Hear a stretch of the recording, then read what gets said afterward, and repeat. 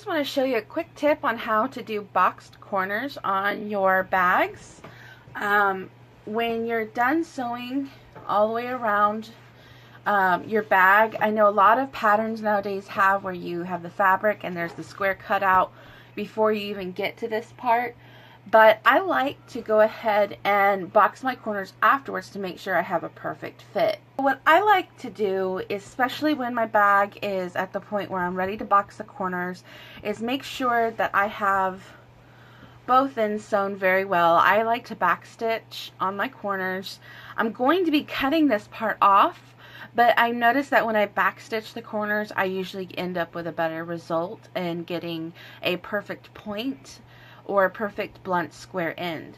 Now, I've already done it on the lining side of this bag, and so I will end up looking like this, but when I've backstitched those corners, I usually end up with a better edge to it.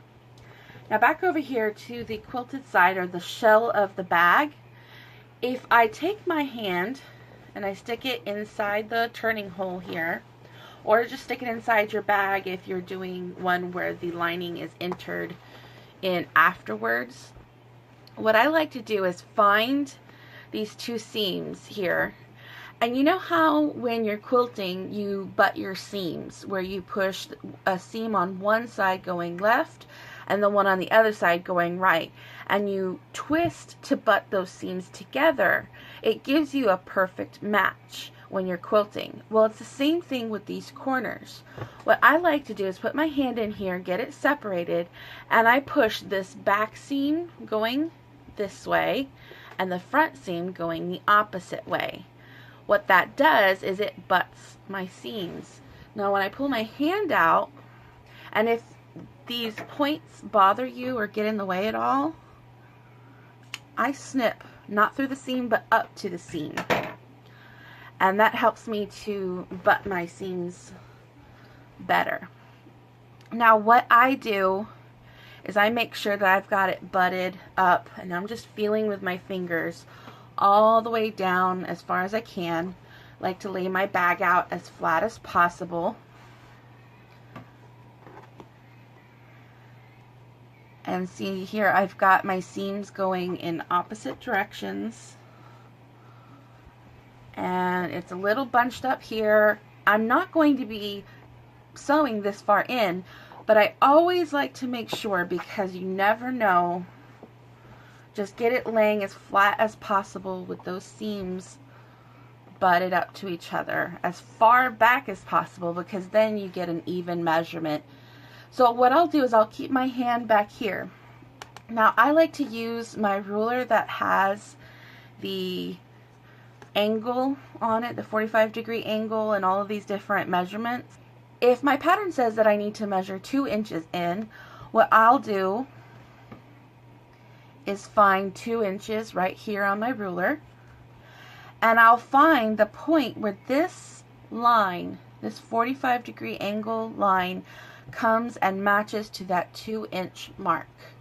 I will put that on the point of my seam, and I will put the 2-inch right here, so I know I have a perfect 2 inches in and 2 inches up.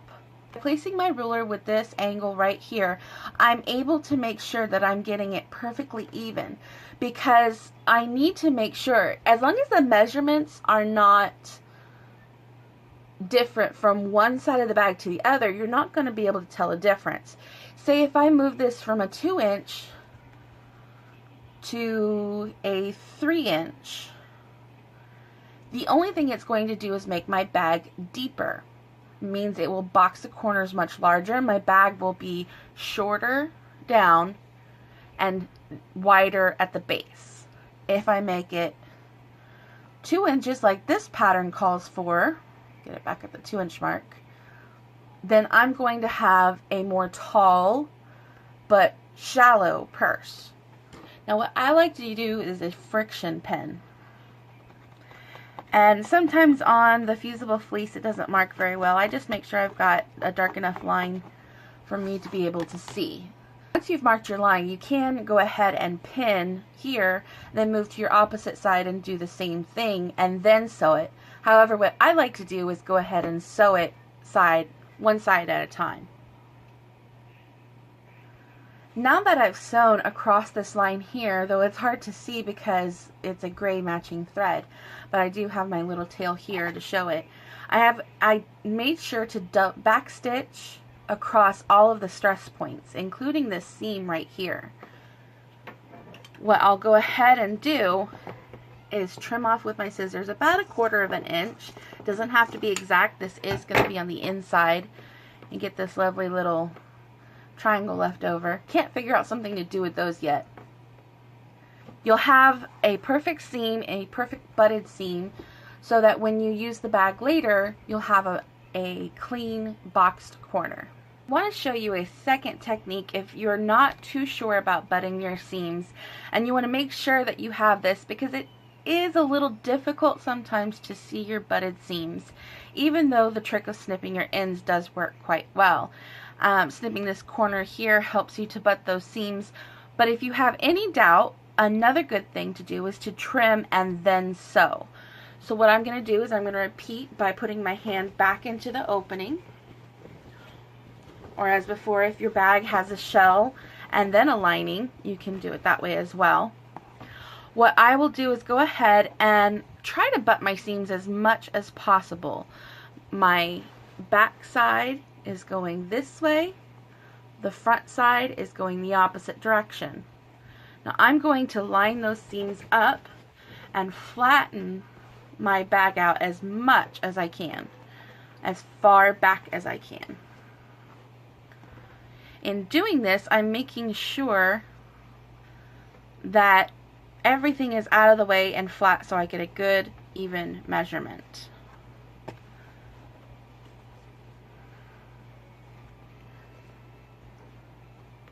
I'm continuing to make sure those seams are butted well all the way to the back, and my points are laying nice and flat. So I have my point down, and with this method I'm going to cut first and then sew. I'll be measuring with my 45-degree angle again, lining it up with this seam right here and the 2-inch mark right here. Now the main thing is that whatever you do on one side of the bag, to repeat it on the other side. So if it's not accurate to, perfection to the pattern, as long as you have it accurate to the opposite side, you're not going to have any problems. Again, I'm marking it with a friction pin, nice and good, to make sure that I have a good clean line for me to follow. When I remove my ruler, I've got a nice clean line. Once I've marked my line on the 2-inch, following my angle and making sure that this side matches the opposite side that I've just completed, I like to pin in place very, very well. This makes sure that these are not going to come undone when I cut. I like these fork pins because it's basically pinning twice with only one action. Then what I like to do is go and just slightly to the edge of where I marked, I cut off my point. Had I gone ahead and sewn that, there wouldn't have been any problem with my butted seams. They were butted quite well. However, I'm sure now that I'm going to have perfect butted seams. I take my straight pin and I stick it directly in the middle of that seam. I know that those are going to be on point every time. This also helps if you've messed up on a point. Say you don't cut, you sew first, and you notice that you have a problem before you've completed the bag. You can still come back, cut off that seam, butt your points, making sure to pin well, and then go back and re-sew it. Now when you do that, you've taken a small portion off of the measurements. So make sure that you repeat the same action on the opposite side to get the same type of boxed corner on both sides, and your purse doesn't end up looking crooked or wonky or just kind of misshapen. Now that I've completed boxing my corners, I wanted to show the inside lining. Now, when you're turning your bag right side out, the inside lining, you need to make sure that you poke those corners out well, just to get a clean finish. And then to do the same thing on your shell. Make sure that everything is lining up well, your bag is laying flat and nice and exactly the way you want it to look. I also like to make sure that I've butted my corners well in all of my joints. That makes sure that I have a clean finish and a clean product. Now that my lining is done, I want to show you how I finish my lining to sew this closed. It can be kind of tricky to try to do it if you're not doing it by hand. Doing it by machine is the quickest, but by hand sometimes you end up with a better product. What I like to do is take my shell and make sure that it's folding in naturally. A lot of people press, but when you press, sometimes you make it lay in an unnatural position. You want it to look natural and go the way the fibers are telling you they want to go. Now again, I'll pin once I fold it in that section. The rest of my opening is here. Folding the rest of it in, kind of following the guide of where the fabric's telling me it wants to fold.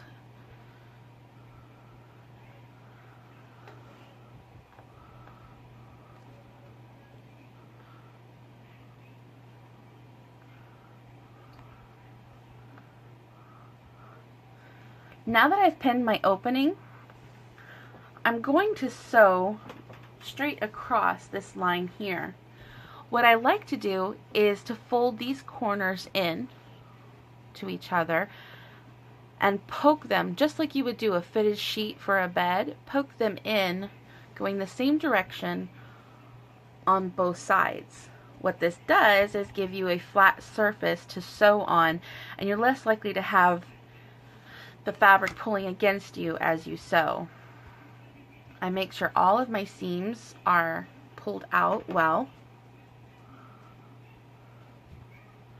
And if one is being stubborn, like this one, I'll stick a pin in it, even though it's not an opening.